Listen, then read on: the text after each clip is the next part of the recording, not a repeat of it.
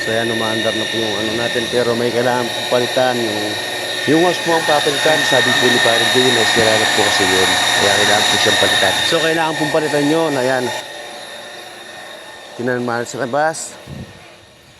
So yan po, nakikita ko na po na tumutulong po yung gawa ni Parang Belin. So napakahusay po niyang gumawa. So yan, tumutulong po. Pero may kailangan pong palitan dun ano, yung nasirang pressure niya na gauge. Ayan po. Tapos gauge. Sabi ng pare ko ay itang may sirang makalini. Papuntang Bamban. Convert na mo. So aning convert na. Tapos ini ang babo. So ayan po, fast forward po tayo. Kinabukasan po, tayo na po yung gumawa para malaman din po natin kung paano din po yung paggawa nito. So yan po, first time ko pong ginawa. Hindi ko nga. So yan po, first time ko pong ginawa. Ano po ba sa tingin nyo kung tama po ba yung ginawa ko o mali? Ano tayo mo? Yang ibukin. No, yang ibukin. Yang ibukin.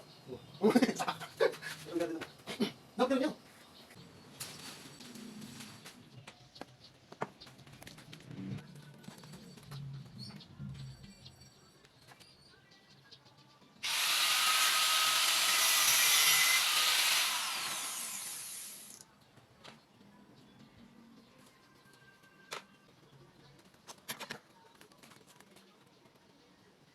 So yan, sakot-sakot mo siya, sakot-sakot mo.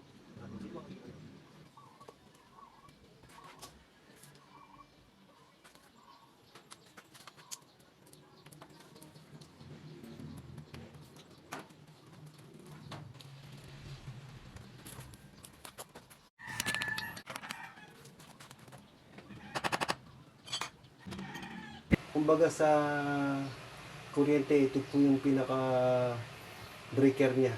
So mag-i-stop po lahat ng mga kuryente dyan pag pinatay mo dito. So yun po pinaka switch niya. So ito po ang pinaka nalagay natin dito. Pag nailagay na po natin dito, so yun, ito po yung pinaka switch natin dito. Pag nailagay na po natin dito, so pwede na pong umandar lahat ng tubig dito. So ito po, first time ko pong ginawa, base po sa nakikita ko. So kaya ko naman. So kaya nagpursige na ako. Siguro kayo na pong humusga kung tama po ba yung ginawa ko o hindi. So yun po, puputulin na po natin.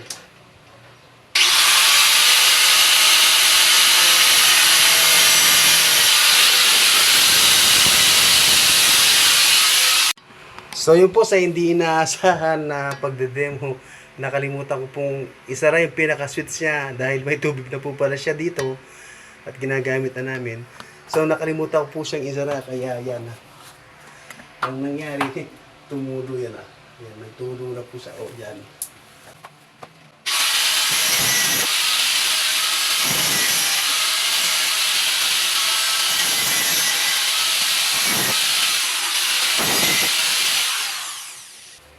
So ito po yung ginagamit nating pandikit, solvent. So yan po yung tatak niya. So yan. Pinagamitan po natin siya ng sipilyo.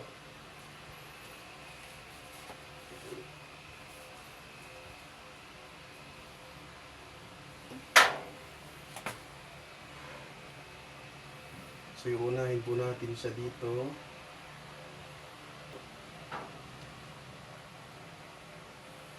So yan, hinanaw po natin siya ng basahan para malapat po siya ng husto.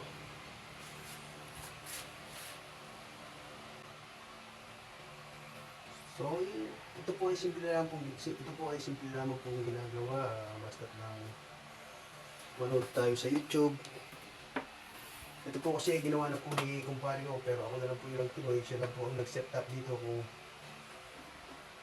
yung sa una dun sa Jetmatic dahil di pa po natin siya masyado alam dun. So yan. So dito naman po tayo maglalagay sa taas.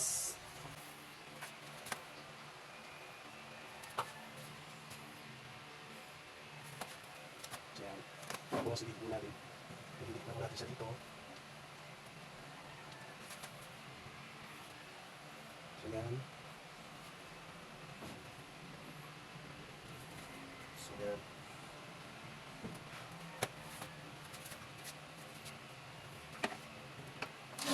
Kasi ito po dito siya. So hindi ko po siya mabawasan dahil okay na po. So hindi po natin okay na. So yan po. So yan po nakadikit na siya. Yan. Luto. So dito naman po tayo sa pinakalas. So ito po yung pinakalas natin ilalagay. Yan. So yan.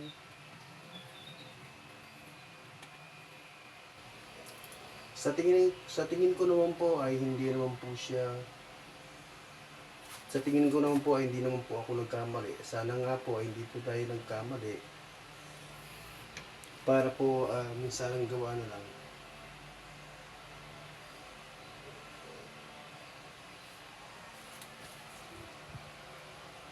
So yan. So medyo patuyuin lang po natin yan. So maya maya ay pwede na po natin siyang buksan.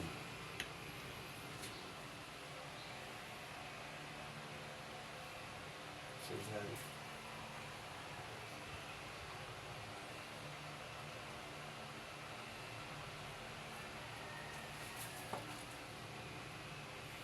So yan, tapos na po yung ginawa natin. So yan, ganyan po siya. O, tingnan po natin lahat ng mga ginawa natin. O, yan po, subukan na po natin buksan ang ating ginawa. Kung okay po siya, malalaman po natin kung may tumutulo siya o wala. So, yan, first time po nating gumawa ng ganito, tubero. Sana po,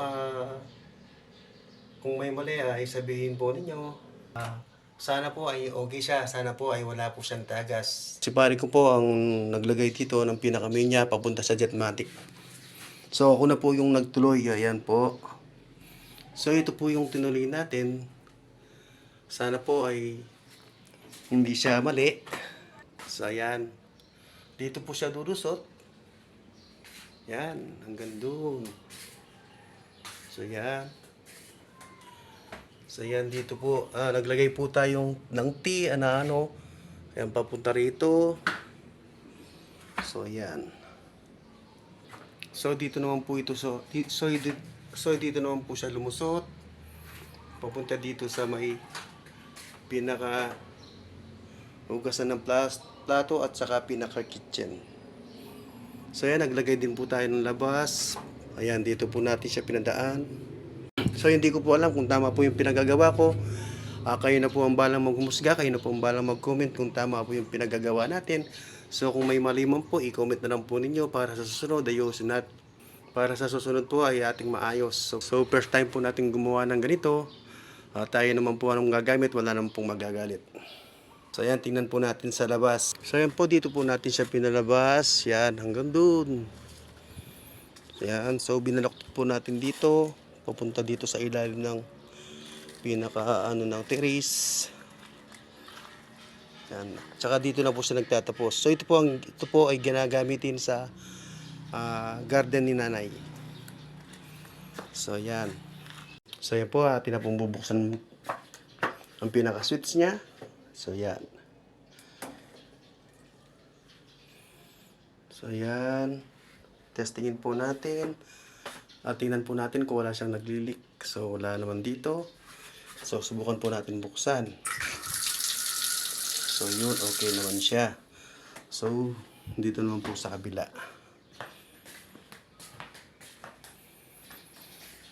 So wala naman po siyang naglilik sa pinakadugtungan niya. So yan, wala po siyang naglilik. So yan, subukan po natin dito sa pangalawa. So meron po siya. So yan.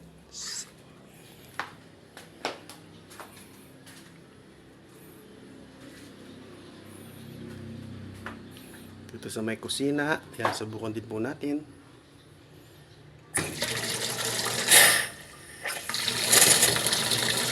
So yun, medyo nag-stop siya, hindi ko alam kung bakit, pero yung diretso naman siya. So yan, subukan po natin dun sa kabila, sa pinaka-garden hose, ay pinaka-garden gripo. So yung pinaka-garden na pan-supply. So yan, wala man po siyang tagas.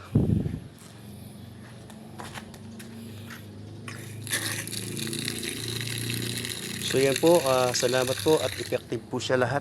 Yan po, okay na po yung ginawa natin. Salamat po sa magla-like at sa magko-comment. Kung may mali man po sa ating ginawa, pag-comment na po para maayos po natin. So yan po, salamat po.